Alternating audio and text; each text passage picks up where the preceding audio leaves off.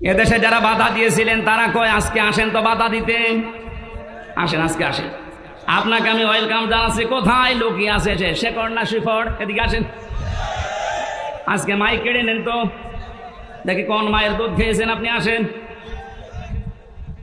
আমি চ্যালেঞ্জ দিচ্ছি এই বাংলাদেশে সামনে দিন আসতেছে, কোরআনের দিন, সামনের দিন আসতেছে, হাদিসের দিন। আগস্ট মাসের 5 তারিখের আগের জরিপ ছিল আমার কাছে, এদেশের 100 জনের মাত্র 15 থেকে 16 জন মানুষ চাইতো যে কোরআন দিয়ে ইসলাম দিয়ে এই বাংলাদেশটা চলুক। 100 জনের সর্বোচ্চ 15 থেকে 16 জন, অথচ 5 তারিখের পরে আজকে 4, এই 30 দিনে গতকালকে রাতে 12:30টার রিপোর্ট পেয়েছি এই দেশে, তাও যে সে রিপোর্ট করে নাই, নির্ভরযোগ্য রিপোর্ট এটা। এদেশে এখন 100 জনের 35 জন মানুষ চাচ্ছে দেশে ইসলাম দিয়ে চলুক।